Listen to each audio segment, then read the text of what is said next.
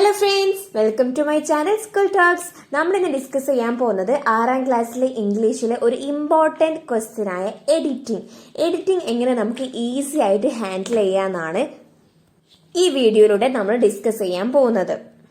First നമ്മൾ ശ്രദ്ധിക്കേണ്ടത് capital letter എവിടെയൊക്കെയാണ് ഉപയോഗിക്കുക. ഒരു വാക്കിന്റെ ഒരു വേർഡിന്റെ ഫസ്റ്റ് ലെറ്റർ ക്യാപിറ്റൽ ലെറ്റർ ആയിരിക്കണം. എവിടെയൊക്കെ? ഒരു സെന്റൻസ് സ്റ്റാർട്ട് ചെയ്യുന്ന സമയത്ത് ഫസ്റ്റ് ലെറ്റർ ക്യാപിറ്റൽ ലെറ്റർ ആയിരിക്കണം. ഒരു ഫുൾ സ്റ്റോപ്പ് കഴിഞ്ഞ് ഒരു സെന്റൻസ് തുടങ്ങാൻ പോവാണ്. അപ്പൊ ഫസ്റ്റത്തെ വേർഡിന്റെ ഫസ്റ്റത്തെ ലെറ്റർ എന്തായിരിക്കണം? ക്യാപിറ്റൽ ലെറ്റർ ആയിരിക്കണം. നെക്സ്റ്റ്, നമ്മളുടെ ആ ഒരു പാസേജിൽ നമുക്ക് ദിവസങ്ങളുടെ പേര് തന്നിട്ടുണ്ടെങ്കിൽ, അതായത് Monday, Tuesday, Wednesday, Thursday, Friday, അങ്ങനെ ഈ 7 ദിവസങ്ങളുടെ പേര് തന്നിട്ടുണ്ട്. പക്ഷെ സെന്റൻസിന്റെ സ്റ്റാർട്ടിങ്ങിലൊന്നുമല്ല, നടുവിൽ എവിടെയെങ്കിലും ആണ്. എങ്കിലും അതിന്റെ ഫസ്റ്റ് ലെറ്റർ എന്തായിരിക്കണം? ക്യാപിറ്റൽ ലെറ്റർ ആയിരിക്കണം. ഇതും ശ്രദ്ധിക്കണം. അതേപോലെ തന്നെയാണ് മാസങ്ങളുടെ പേര് വരുന്ന സമയത്തും. ജാനുവരി, ഫെബ്രുവരി, മാർച്ച്, ഇങ്ങനെ നമ്മുടെ മാസങ്ങളുടെ പേര് വരുന്ന സമയത്തും പാസേജിന്റെ എവിടെയാണെങ്കിലും അതിന്റെ ഫസ്റ്റ് ലെറ്റർ എന്തായിരിക്കണം? ക്യാപിറ്റൽ ലെറ്റർ ആയിരിക്കണം. അതായത് ജാനുവരി, ഫെബ്രുവരി ഇങ്ങനെയൊക്കെ വന്നിട്ടുണ്ടെങ്കിലും ജാനുവരിന്റെ ജെ ക്യാപിറ്റൽ ലെറ്റർ ആയിരിക്കണം, ഫെബ്രുവരിന്റെ എഫ് ക്യാപിറ്റൽ ലെറ്റർ ആയിരിക്കണം. ഇത് നിങ്ങൾ ശ്രദ്ധിക്കണം. ഇനി നമ്മളുടെ പാസേജിന്റെ അകത്ത് ആൾക്കാരുടെ പേരുകൾ വരുന്ന സമയത്തും ഫസ്റ്റ് ലെറ്റർ എന്തായിരിക്കണം? ക്യാപിറ്റൽ ലെറ്റർ ആയിരിക്കണം. പാസേജിന്റെ നടുവിൽ എവിടെയാണ് പേര് വന്നിട്ടുണ്ടെങ്കിലും അതിന്റെ ഫസ്റ്റ് ലെറ്റർ എന്തായിരിക്കണം? ക്യാപിറ്റൽ ആയിരിക്കണം. അതേപോലെ തന്നെയാണ് നെയിംസ് ഓഫ് പ്ലേസ് വരുന്ന സമയത്തും.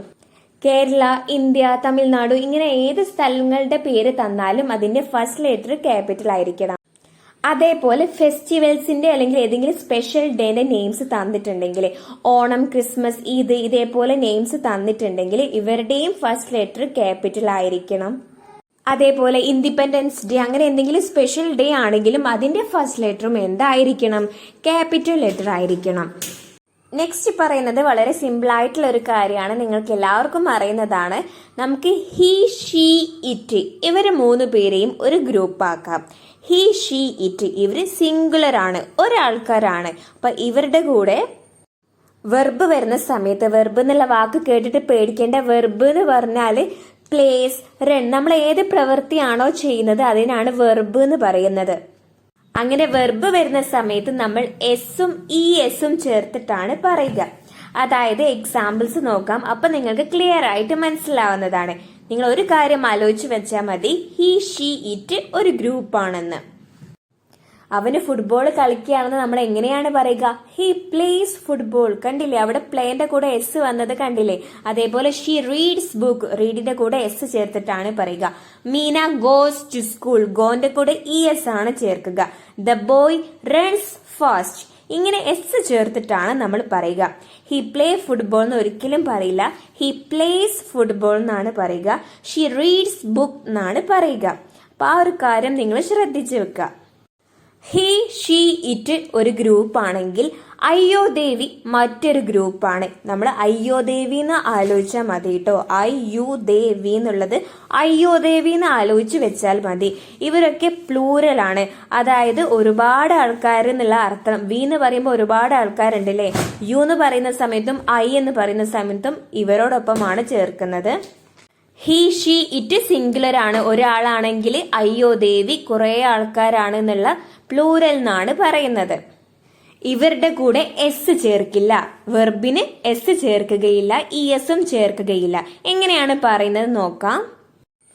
I play football, V play football, you play football, they play football. ഇങ്ങനെ പ്ലേന്റെ കൂടെ എസ് ചേർക്കാതെയാണ് പറയുക. പ്ലേക്ക് പകരം മറ്റേത് വെർബ് യൂസ് ചെയ്താലും എസും എസും വരില്ല കേട്ടോ. അയ്യോ ദേവിയുടെ കൂടെ ഏത് വെർബാണെങ്കിലും, അതായത് റൺ ആണ്, ഗോ ആണ്, ഏത് തന്നെ വന്നാലും എസും എസും വരില്ല. ഞാൻ നിങ്ങൾക്ക് കുറച്ചുകൂടി എക്സാമ്പിൾസ് തരട്ടെ. ഹി സ്റ്റഡി ഇൻ ക്ലാസ് 6 എന്നാണോ പറയുക? ഹി എന്ന് പറയുന്ന സമയത്ത് നമ്മൾ ആലോചിക്കണം, ഹി, ഷീ, ഇറ്റ് ഒരു ഗ്രൂപ്പാണ്. ഹി സിംഗുലർ ആണ്, സോ എസ് ഉണ്ടായിരിക്കും. സിംഗുലർ ആണ്, എസ് ഉണ്ടായിരിക്കും. ഹി സ്റ്റഡീസ് ഇൻ ക്ലാസ് 6 എന്നാണ് പറയുക. ഷീ ഹെൽപ്പ് ഹെർ മദർ, അങ്ങതാണോ സെന്റൻസ് കറക്റ്റ്? ഷീ എന്ന് പറയുന്ന സമയത്ത് സിംഗുലർ ആണ്, എസ് വരും, വെർബിന്റെ കൂടെ എസ് വരും. ഷീ ഹെൽപ്സ് ഹെർ മദർ എന്നാണ് പറയുക. Rahul play cricket. അത് കറക്റ്റ് ആണോ? അല്ല, രാഹുൽ എന്ന് പറയുന്ന ആള് സിംഗിൾ ആണ്. സിംഗിളിന്റെ കൂടെ വെർബ് വന്നാൽ എസ് ഉണ്ടായിരിക്കും. അപ്പൊ രാഹുൽ പ്ലേസ് ക്രിക്കറ്റ് എന്നാണ് വരിക. Next, the dog bark loudly. Dog എന്ന് പറയുന്നത് ഒന്നേ ഉള്ളൂ അല്ലേ? ദ ഡോഗ്സ് എന്നാണെങ്കിൽ ബാർക്ക് കറക്റ്റ് ആണ്. ഒരുപാട് ഡോഗ് ഉണ്ടെങ്കിൽ ബാർക്ക് കറക്റ്റ് ആണ്. പക്ഷെ ഇവിടെ ഒരു ഡോഗ് മാത്രമേ ഉള്ളൂ. ദ ഡോഗ് എന്നാണ് പറഞ്ഞിട്ടുള്ളത്. അപ്പോൾ ദ ഡോഗ് ബാർക്സ് ലൗഡ്ലി എന്നാണ് വരിക. ഇനി നമുക്ക് തന്ന പാസേജിൽ പാസ്റ്റ് ടെൻസ് ഉണ്ടെങ്കിൽ, അതായത് കഴിഞ്ഞു പോയൊരു കാര്യമാണ് പറയുന്നതെങ്കിൽ അവിടെ നമ്മൾ പാസ്റ്റ് ടെൻസിലുള്ള വെർബാണ് ഉപയോഗിക്കേണ്ടത്. അതായത് വെർബ് എന്ന് പറഞ്ഞാൽ പ്ലേ, ഗോ, റൺ ഇതൊക്കെയാണല്ലോ വെർബ്. ഇതിന്റെയൊക്കെ പാസ്റ്റ് ടെൻസിലാണ് ഉപയോഗിക്കുക. അപ്പൊ നിങ്ങൾ കുറച്ച് വേർഡ്സിന്റെ പാസ്റ്റ് ടെൻസ് എന്തായാലും പഠിച്ചിരിക്കണം.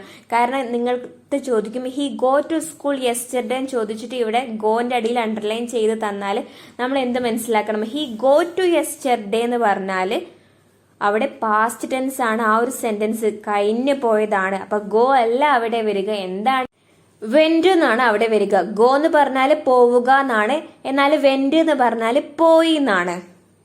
സോ ഫ്രണ്ട്സ്, ഇനി നമ്മൾ ഈസ്, ആം, ആർ ഇവരെവിടെയാണ് വരിക നോക്കിയാലോ.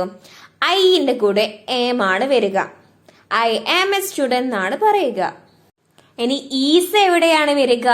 ഹി, ഷീ, ഇറ്റ് ഇവരെപ്പോഴും ഒരു ഗ്രൂപ്പ് ആയിരിക്കും. ഇവരുടെ കൂടെയാണ് ഈസ് വരിക. അതായത് he is happy, she is A teacher, the boy is clever ഇവരുടെ കൂടെയൊക്കെയാണ് ഈസ് വരിക. ഹി, ഷീ, ഇറ്റ് ഇവരുടെ കൂടെ ഈസ് ആണ് വരിക. ആരുടെ കൂടെയാണ് വരിക? അയ്യോ ദേവിയുടെ കൂടെയാണ് ആർ വരിക. അയ്യോ ദേവി ഒരു ഗ്രൂപ്പ് ആയിരിക്കും. ഇവരുടെ കൂടെയാണ് ആർ വരിക. We are students, they are friends, the boys are playing. The boy ഒരാളാണെങ്കിൽ ഈസ് ആണ് വരിക. ദ ബോയ് ഈസ് പ്ലേയിങ് എന്നാണ് വരിക. ഇവിടെ ബോയ്സ് കുറെ ഉള്ളത് കൊണ്ടാണ് ആർ വന്നത്. ഇനി അടുത്തത് വാസും വേറും എവിടെയാണ് വരിക? Was, he was happy, Meena was absent അവന് ഹാപ്പി ആയിരുന്നു, മീന ആബ്സെന്റ് ആയിരുന്നു. ഇതാണ് വാസ് വരുന്ന സമയത്ത് അർത്ഥം വരുന്നത്. കഴിഞ്ഞു പോയ കാര്യമാണ്. ഹി, ഷീ, ഇറ്റിന്റെ കൂടെയാണ് വാസ് വരിക. അങ്ങനെയാണെങ്കിൽ അയ്യോദേവിയുടെ കൂടെ ആരാണ് വരിക? വേർ ആണ് ഉപയോഗിക്കുക. They were happy, the students were present. The students എന്ന് പറയുമ്പോൾ കുറെ ആൾക്കാരുണ്ട്. സ്റ്റുഡന്റ് എന്ന് പറഞ്ഞാൽ വാസ് ആണ് വരിക. ഇവിടെ സ്റ്റുഡൻസ് എന്ന് പറയുന്ന സമയത്ത് ഒരുപാട് ആൾക്കാരുണ്ട്. അതുകൊണ്ട് വേർ ആണ് ഉപയോഗിക്കുക. നെക്സ്റ്റ് നമ്മൾ ഹാസും ഹാവും എവിടെയാണ് ഉപയോഗിക്കുക എന്നാണ് പറയുന്നത്. ഹാസ് ഒരാളുള്ളിടത്താണ് ഹാസ് ഉപയോഗിക്കുക. അതായത് ഇറ്റ്, ഷീ, ഹി ഇവരൊരു ഗ്രൂപ്പാണെന്ന് നമ്മൾ പഠിച്ചിട്ടുണ്ട്. ഇവരുടെ കൂടെയാണ് ഹാസ് ഉപയോഗിക്കുക. അങ്ങനെയാണെങ്കിൽ ഹാവോ, അയ്യോ ദേവിയുടെ കൂടെയാണ് ഹാവ് ഉപയോഗിക്കുക. ഹി ഹാസ് എ പെൻ അവരൊരു പെന്നുണ്ട്. ദേ ഹാവ് എ കാർ അവർക്കൊരു കാർ ഉണ്ട്. മീന ഹാസ് എ ബുക്ക് മീനയ്ക്കൊരു ബുക്ക് ഉണ്ട്. വി ഹാവ് എ ഗാർഡൻ ഞങ്ങൾക്കൊരു ഗാർഡൻ ഉണ്ട്. ഈ ഒരു മീനിങ് ആണ് ഹാവും ഹാസും ഉപയോഗിക്കുന്ന സമയത്ത് വരുന്നത്. ഇനി നെക്സ്റ്റ് നമ്മൾ പഠിക്കാൻ പോകുന്നത് ഇൻ, ഓൺ, അറ്റ് ഇവരൊക്കെ എവിടെയാണ് ഉപയോഗിക്കുക എന്നാണ്. ഇന്റെ വരിക അകത്ത്, അല്ലെങ്കിൽ ഒരു വലിയ സ്ഥലം അല്ലെങ്കിൽ മാസങ്ങൾ വരുന്ന സമയത്താണ് ഇൻ ഉപയോഗിക്കുക. ഇൻ എന്ന് പറയുന്ന സമയത്ത് ഉള്ളിൽ നിന്നുള്ള ഒരു അർത്ഥമാണ് വരുന്നത്. അതായത് എക്സാമ്പിൾസ് നോക്കൂ. I am in the class room ഞാൻ ക്ലാസ് റൂമിന്റെ ഉള്ളിലാണുള്ളത്. The fish is in the water മീന് വെള്ളത്തിന് ഉള്ളിലാണുള്ളത്. She lives in Kerala. അതേപോലെ വലിയ സ്ഥലങ്ങൾ വരുന്ന സമയത്ത് കേരള പോലുള്ള വലിയ സ്ഥലങ്ങൾ വരുന്ന സമയത്ത് ഇൻ ആണ് ഉപയോഗിക്കുക.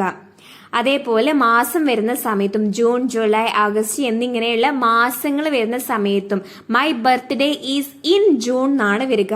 അപ്പൊ ഇന്ന് വരുന്ന സെന്റൻസുകൾ ഏതൊക്കെയാണെന്ന് നിങ്ങൾ പഠിച്ചല്ലോ.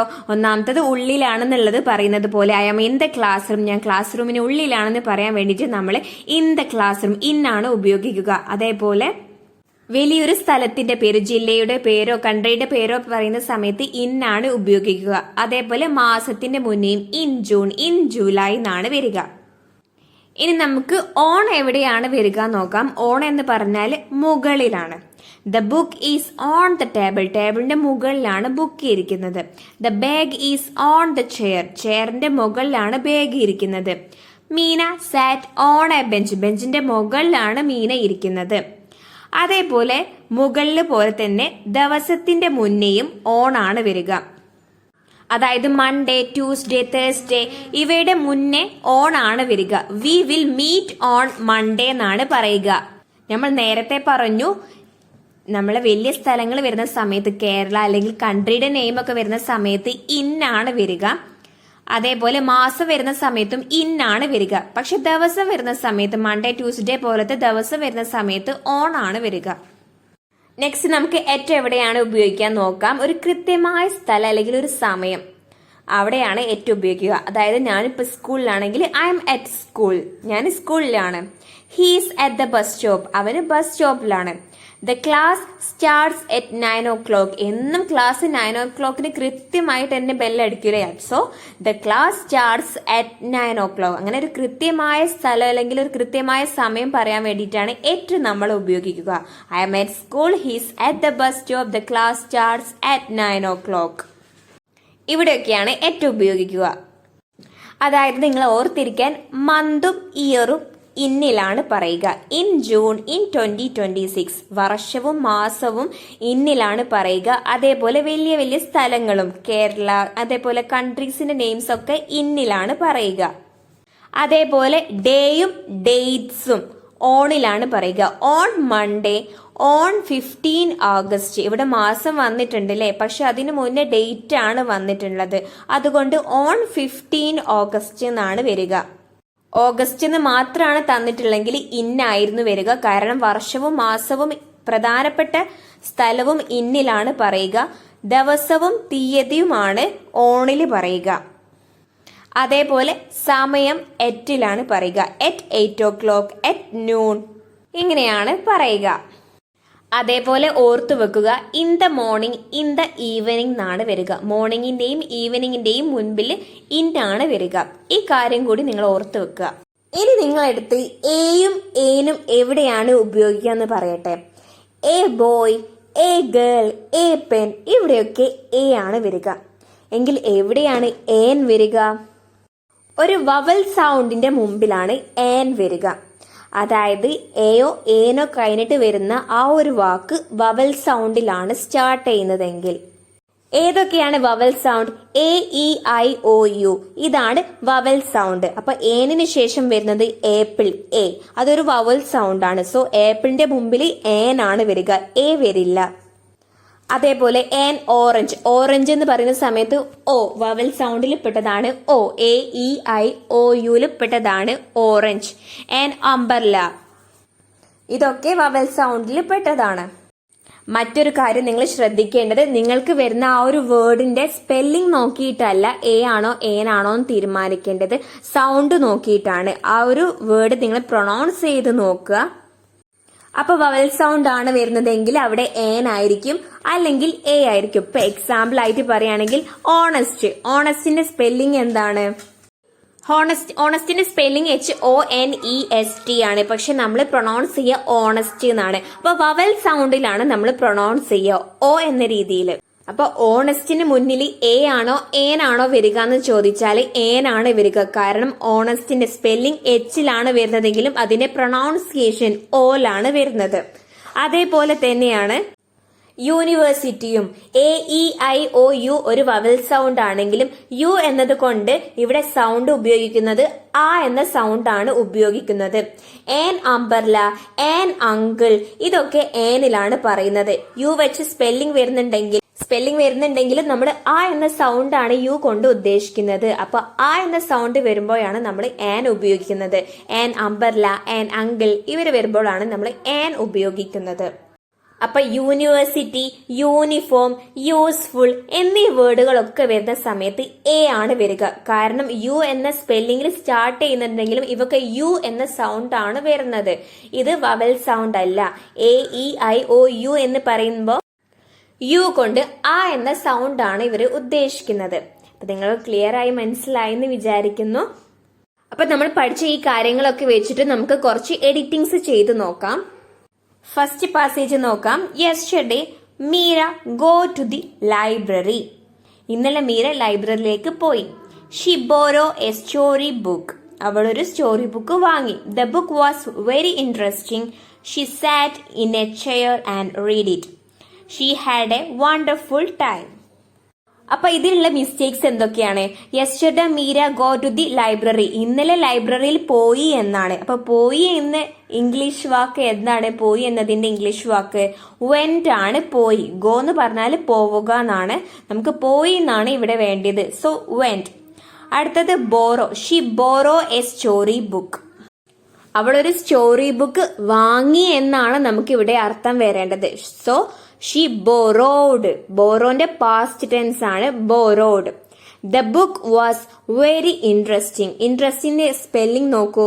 ഇവിടെ സ്പെല്ലിംഗ് മിസ്റ്റേക്ക് ആണ് ഇൻട്രസ്റ്റിംഗിന് വന്നിട്ടുള്ള mistake. She sat in a chair. ചെയറിന്റെ മുകളിൽ ഇരുന്നു. മുകളിൽ നിന്ന് വരുന്നത് ഓൺ എ ചെയർ എന്ന് പറയുമ്പോഴാണ്.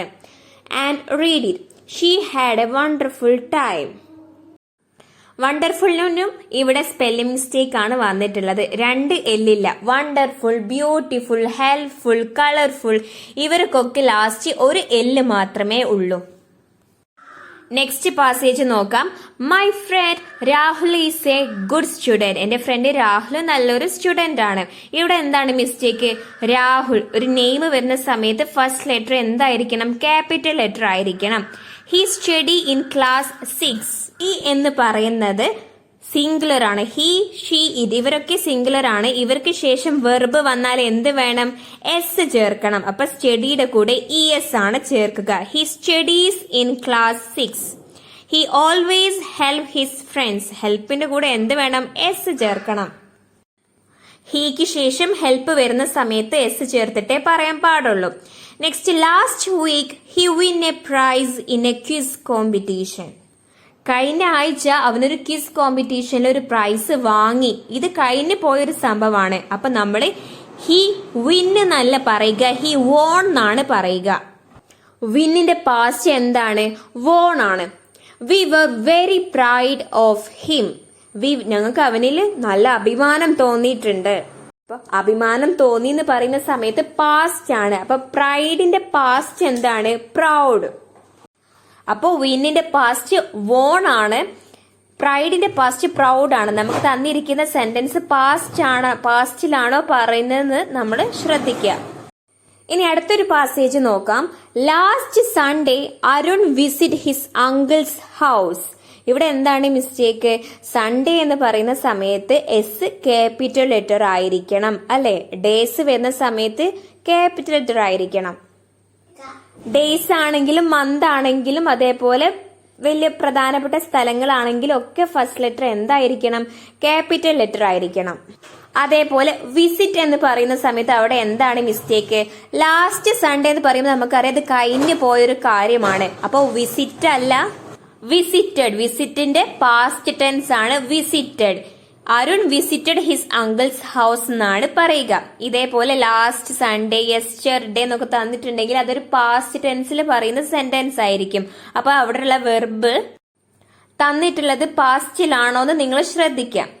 He play with his cousins and enjoyed the day. അപ്പോ അവൻ ആ ദിവസം കസിനുമായിട്ട് കളിച്ചിട്ടുണ്ടായിരുന്നു. ആ ഒരു ദിവസം എൻജോയ് ചെയ്തിട്ടുണ്ടായിരുന്നു എന്നാണ് പറഞ്ഞത്. അപ്പോ ഹി പ്ലേഡ് എന്നാണ് അവിടെ വേണ്ടത്. കാരണം കഴിഞ്ഞു പോയതാണ്. ദേ എയ്റ്റ് ഡെലീഷ്യസ് ഫുഡ് ടുഗദർ. ഇവിടെ ഡെലീഷ്യസിന്റെ സ്പെല്ലിംഗ് നോക്കൂ. DELICIOUS